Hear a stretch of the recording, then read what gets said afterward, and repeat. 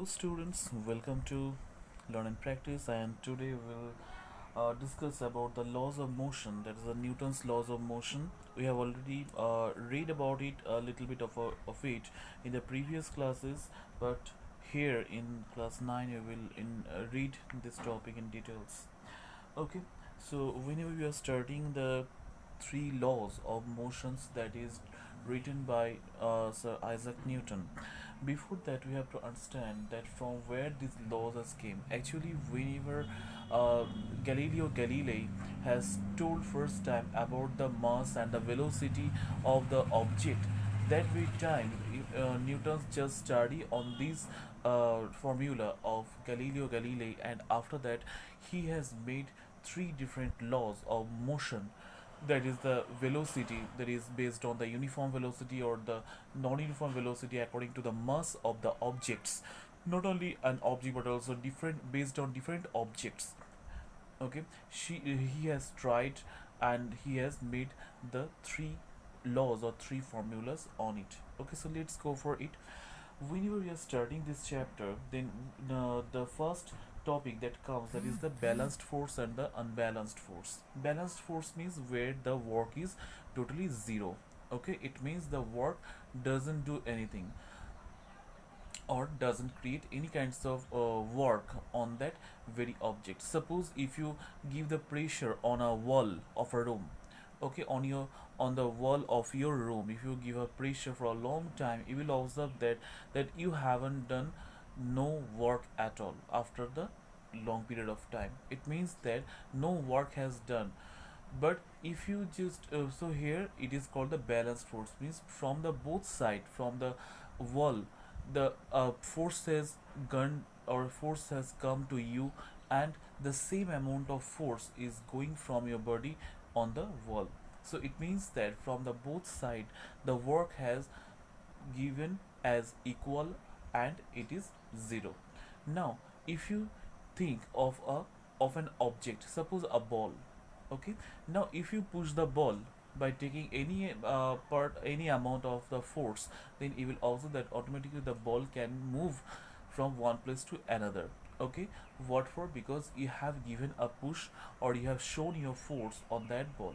Got it? So it means the work that is done, or the force, using the force, if the work is done or if the work acted upon on that very object, that time it is said it is an unbalanced force. Means when your balance when your force will be maximum or will be minimum based on or according to that object, and the object has the ability to move itself or change itself according to its place, that time we can say it is the unbalanced force. But for the balanced force, sometimes it is seen that the shape of the object is changed. Okay, you have pushed on that object, that's why the outer surface or outer shape of that object has changed a little bit, but it has not moved from one place to another.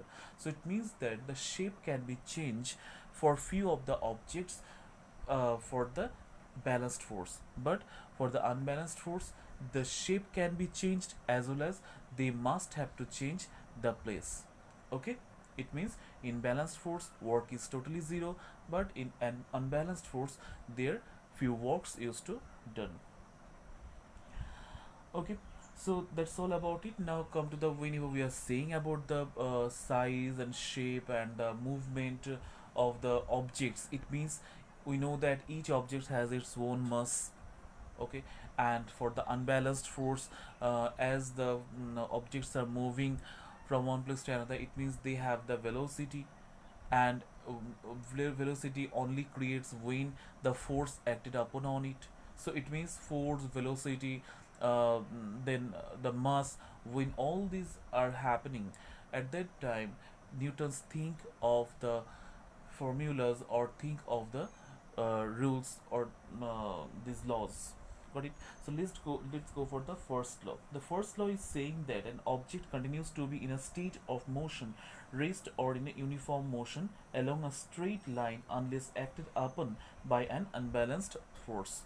What does it mean? It is saying that, suppose here is a ball, on a surface. Okay, now on this ball, not a single force has done, not a single force has given. It has the m mass and the force. Whenever the force will not create any work on it. Now you say, will the ball move from one place to another? Is it possible? Of course not, because on an object when force will be not created from the outside, from anywhere the force can come, from any side the force can come, even from the base also. When the force will come, then the object has the ability, or objects will be allowed to move from one place to another. It means that when the force will not create on an object, the object will be in rest. Got it? Now you think, on that ball you have given a force. Now what will happen? Based on your force, the force that you have given, or the push, in how much speed you have given, based on it, it will move from one place to another. Suppose it has come here. Okay, so this force you have given, the force by which the um, movement of the ball has happened, and the ball has come from, suppose it is the A and it is B. So the ball has come from A to B according to your force. So it means that they have the ability to change the places as the force has acted upon on the surface of that object. Now the force can come from any side, and based on the force, the object has the ability to move from one place to another. So that's why it is said that an object continues to be in state of rest or of uniform motion along a straight line unless acted upon by an unbalanced force. Okay, if the force is not unbalanced, then uniformly it will move in a straight line. Suppose you think that our earth and all the other planets, they are just revoluting around the sun. How is it? It is the gravitational force, right? So gravitational force is acted upon on each part, or each of the planets, so that all the planets are moving according to its force. Okay, according to its attraction. Actually they both are attracted together, so that's why the planets are moving around the sun. Okay, so in this way, where the force, suppose you will observe different machines, when the machines are manufacturing different products in the company, so you'll observe that all those machines have no maximum or minimum speed of them, so they have a very average speed, and based on these average speeds, all the products are making in a frequently manner. Okay, so in this way we have to think that when the force is constant, force is not changing itself by maximize or minimize. Okay, so when the maximum or minimum, this force will happen at that very time, that is known as the non-uniform motion. Okay, and non about the non-uniform motion, whenever it will happen, sometimes it happens that the objects uniform motion used to change, of course, because here the force has no average velocity, it has somehow it is the maximum velocity or minimum velocity. So based on it, the object used to work itself. Okay, sometimes it moves very fast, sometimes it moves very slow, and not in a straight line. They used to change its line or change its way. Okay, so that's why it is said that the first law of motion is also known as the law of inertia. Why it is called the law of inertia? It means the object when it is at rest, so it will not be change its place, it will always remain same at its own place. But when the force will be given on that force, it means, or on that object, it means the object have the ability to move from one place to another, which is known as the law of inertia. Okay, so it's completed the first law of motion. Next we will go for many examples are there. Suppose if we say on based on the first law of motion, suppose you are riding a motorbike. Okay, then whenever you will stop the motorbike, you will observe that your motorbike has stopped, but your upper portion of your body hasn't moved, hasn't stopped till then okay, it will just move a tilted little bit at the front or forward of you. So it means that when the object is moving, so on that free time, in the same way, if any object, if another object is seated on it, so they that object also have the velocity in their body. Okay, it means here the motorbike is an object, so on that object I am sitting there, it means I have also an object over there. Now when the motorbike is moving, in the same way my body is also have the speed. Okay, then whenever I have just stopped quickly the motorbike, that very time you will observe that our body used to move forward a little bit. Got it? So such type of creations can be seen, and not only in motorbike but also whenever you are sitting in the bus, whenever you are sitting in any kinds of vehicles, means the vehicles or the objects, those which have the velocity, those which have the speed, okay, whenever they will stop, at that very time also they have a quite little speed, so that they move a little, which is known as, also known as the friction, right? They have the friction, so such type of friction manner can be seen in the movable objects. So that's all about the first law of motion. Now come to, through first law of motion no formula has made by Galileo. Next come to second law of motion, from where we will observe the different type of formula.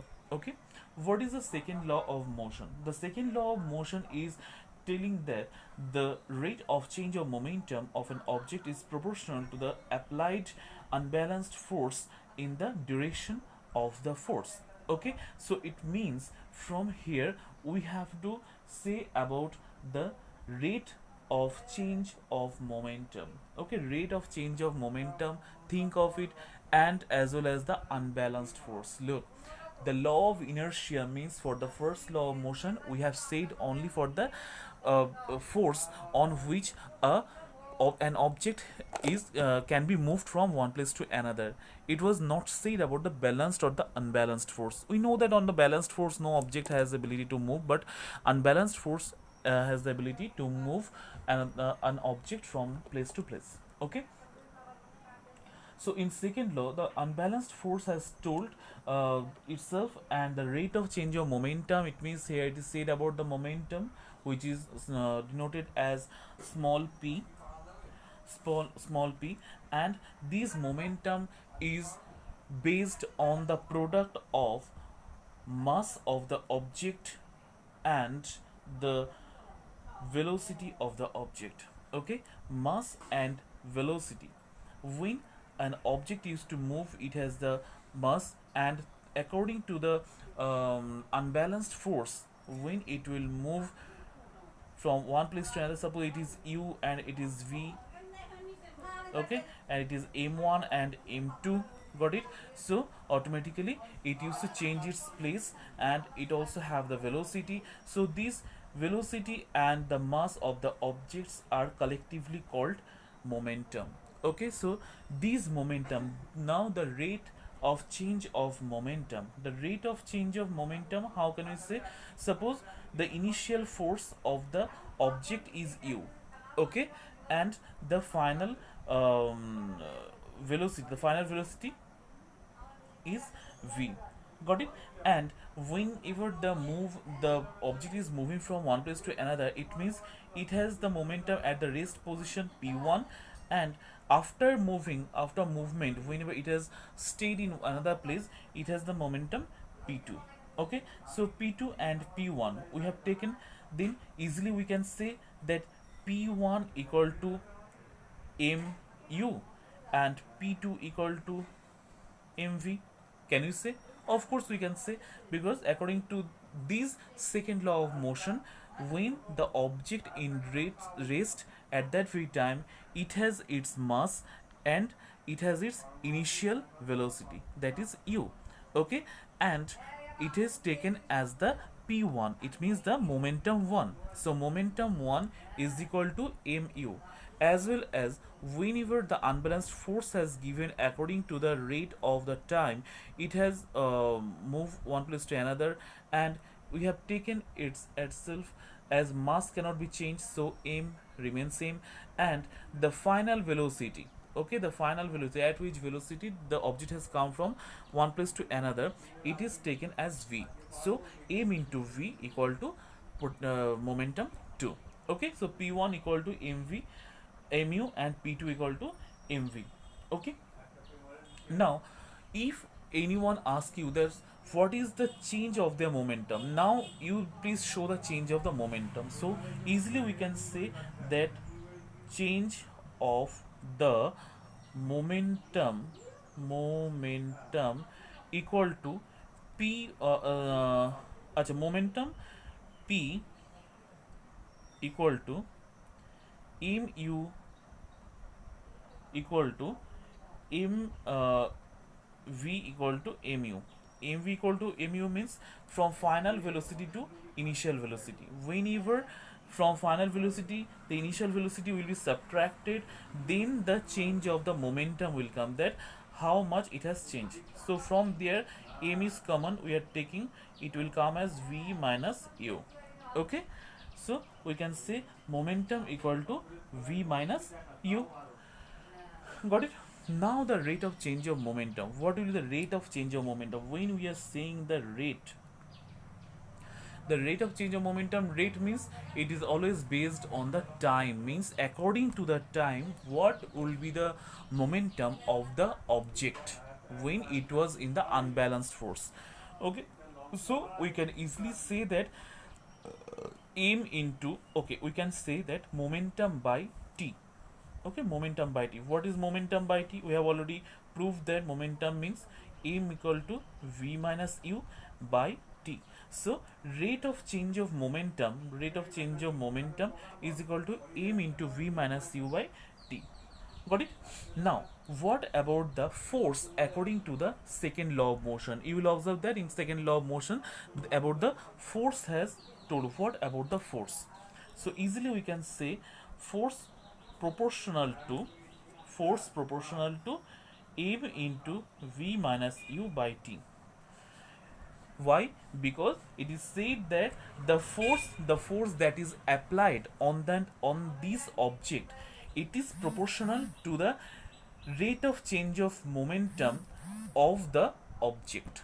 Okay, so the rate of change of momentum of the object is proportional to the force that has applied on it. I have already told now in first law of motion that whatever at which speed you will force or you will push the ball, in the same force it will take itself and it will move itself, and from a to b it will go. Got it? So here it is said that force proportional to the rate of change of momentum, um, it is. Okay, now from here we can say that F equal to k into m bracket v minus u by t. Okay, what is k here? Of course k is a constant has taken, and this constant is known as the constant of proportionality. Okay, so in rate of change of momentum and the force that is applied on that object, it is taken as the constant of proportionality among themselves. Got it? Now from here again we can say F equal to k into m into v minus u by t. Now say, what about v minus u by t? What you read in the earlier chapter? You have read na in the motion chapter that v minus u by t, it means its acceleration. Okay, so object acceleration, it is said v minus u by t. So easily we can say k into m into a. Now k into a, so it has already proved. We have already proved here.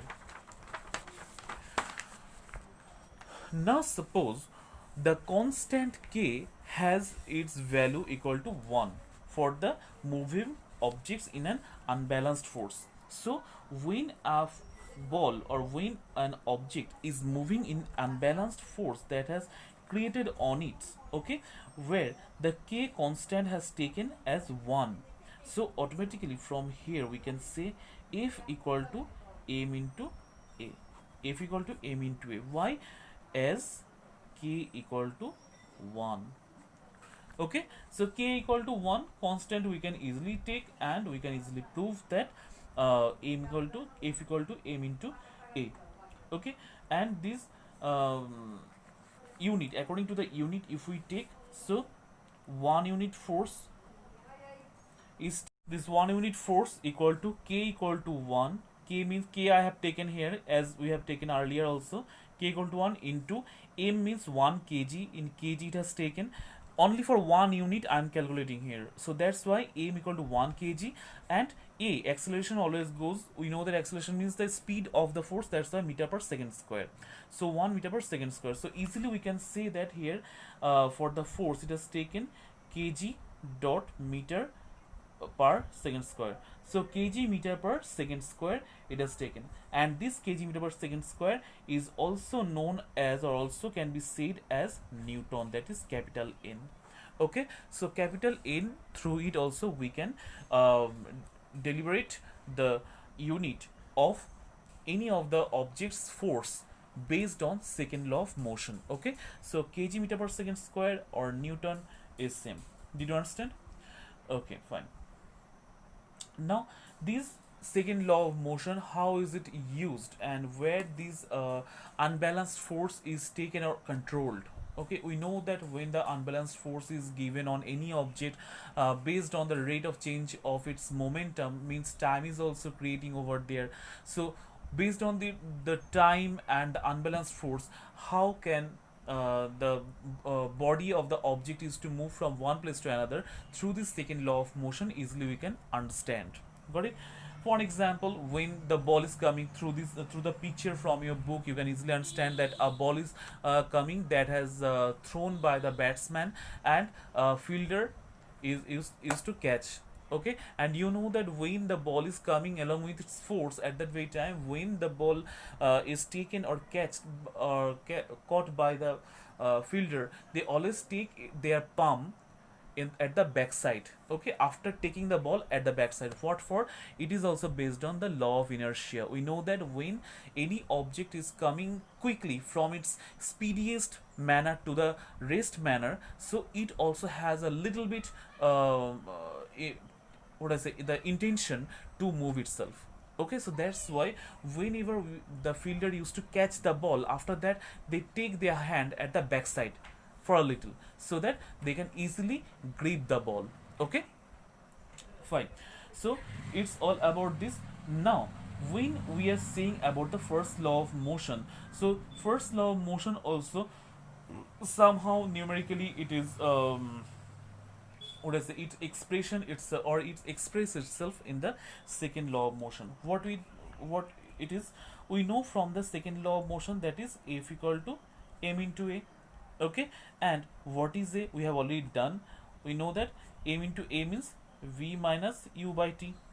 Okay, v minus u by t, or we can also say that if we multiply this, so ft equal to mv minus mu. So this is the relation between the first law and the second law of motion. Okay, ft equal to mv minus mu.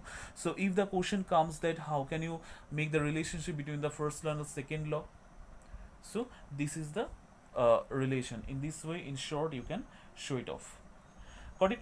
So it's all about the second law. Now come to the third law. Third law is very much interesting, because it is said that suppose whenever you are beating to your friend, somehow you are giving a beat to your friend, in the same way you are getting a little bit hurt from his body also. Am I right? Yes. In the same way, whenever you will beat on a hard metal, suppose iron or any other metal or any solid substances, in the same way you will get the same expression from that object back. So in this way it is said, to every action there is an equal and opposite reaction, and they act on two different bodies. Why two different bodies? As I have told, that you are beating on your friend's body, or you are beating on a very strong substance. So these two body, when they are touched together by force, so the same amount of force is worked in equal manner on the both bodies. Okay, so that's why into every action there is an equal and opposite reaction. Got it? So it's also happens. um, Now what is the example? You just say any example of it. Example of the gunshot. Okay, from when the gunshot happens, at that very time when bullets goes out from the with a heavy force from the not from the shell of itself, in the same way it gives back a force on the gun, so that the gun used to move backside a little. Okay, then when you are coming down from the boat, suppose you're riding on a boat. Now you have to come onto the land from the boat. That at the very time you will observe that whenever you are coming down from the boat, at that very time the boat is also moving back. Okay, so in this way it happens, and it is quite truth, and it can be seen practically in our everyday life. Now we will say about the conservation of momentum. What is the conservation of momentum? Conservation of momentum is saying that the sum of momentum of the two objects before collision, means before attraction, it is equal to the sum of momentum after the collision, provided there is no external unbalanced force acting on them. It means whenever they collide to each other, whenever two bodies are collide each other, at that very time their force will be spread out on that very two objects, or on that very two bodies, in an equal manner. Okay, and after the collide, no unbalanced force will be work on it. Means again we cannot give extra force from, or external force from the outside. Okay, the force that is already given, based on it they have already collided, and the force has, the bodies has already got the equal amount of pressure on the both side. Okay, so after that, or after collision, no other external forces will be given, which is known as the conservation of momentum. Okay, conservation of momentum. Now how can we see conservation of momentum? Suppose two bodies, that is A and B. Okay, and this A and B has the mass m1, m2. Okay, and they have the velocity, suppose v1 and v2. Got it? Okay, initial velocity, I am telling, initial u1 and u2, u1 and u2. Now they are moving, a force has given to them, both of them.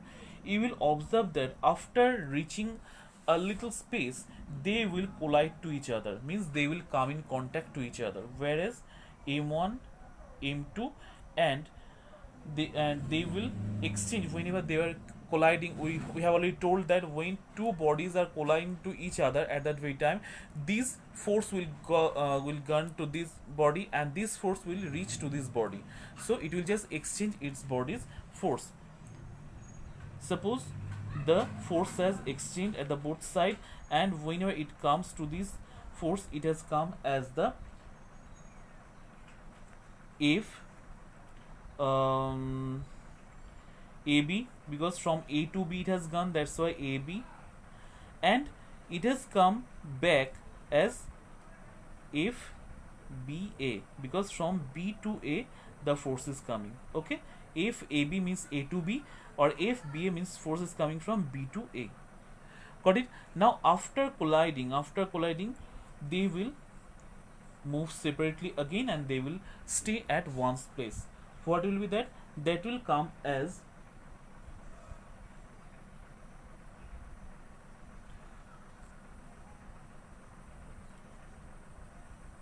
M1, M2. Okay, and they have come as V1 and V2. Okay, So at from u1 and u2, m1 and m2 ab objects has moved. After that they have collided to each other, and they have exchanged their force from a to b and b to a, and simultaneously they have moved back again separately, and they have come and stay in one place, whereas the final velocity v1 and v2, but their masses remains. As we know that mass cannot be changed of any of the objects. Okay, so from here easily we can say that whenever the a has collided to b, okay, a has collided to b, suppose for ball a, whenever it has collided to b, then the formula that has changed itself according to the formula of second law of motion. Okay, second law of motion, we can say that m into v minus u by t. Okay, so easily from here, from this rule, we can say m1 into v2, sorry, v1 minus u1 by t. v1 minus u1 means the final velocity and the minus initial velocity for ball a. Now for ball b, ball b, what it will be? In the same way, m2 into v2 minus u2 by t. v2 minus u2 by t. Now according to the third law of motion, the force if AB, okay, if AB exerted a ball A on the ball B, in the same way if BA from B to A, they have exerted the force to each other, then a reaction must be equal and opposite to each other. Got it? So from here, as they are giving opposite to each other in a same or equal force to each other, so from here according to formula we can say that if AB equal to minus if BA. If BA what for? Because both of their force or collision, during the collision they have given the force to each other in a same manner, so that's why if AB equal to minus if BA. If we subtract the if BA from if AB, then automatically the pressure will be 0. Okay, it is plus, nothing means plus, it is minus means both side will be crossed, it will be 0. So that's why if AB equal to minus if BA. Now instead of it we can also write if AB means m1 that we have just mentioned here, v1 minus e1 by t, and m2 it is minus m2 into v2 minus u2 by t. Okay, v2 minus u2 by t. Now from here, whenever you will just calculate it, it will come as m1 u1 plus m2 u2 equal to m1 v1 plus m2 v2. Okay, so this formula will come, and this formula is known as the formula of the total momentum of two objects. The total momentum of the two objects whenever they were in force and they have collided according to third law of motion. Got it? So that's all from this chapter, and 3 laws is already completed. Now based on these formulas, many numerical parts are there throughout this topic. As we have already completed these laws, how it has made, and what is the internal part and what is the internal knowledge of it, we have already gripped. And hope you will not guys misunderstand anything, and you have to practice the maths in a proper way based on this formula. That's all. Thank you.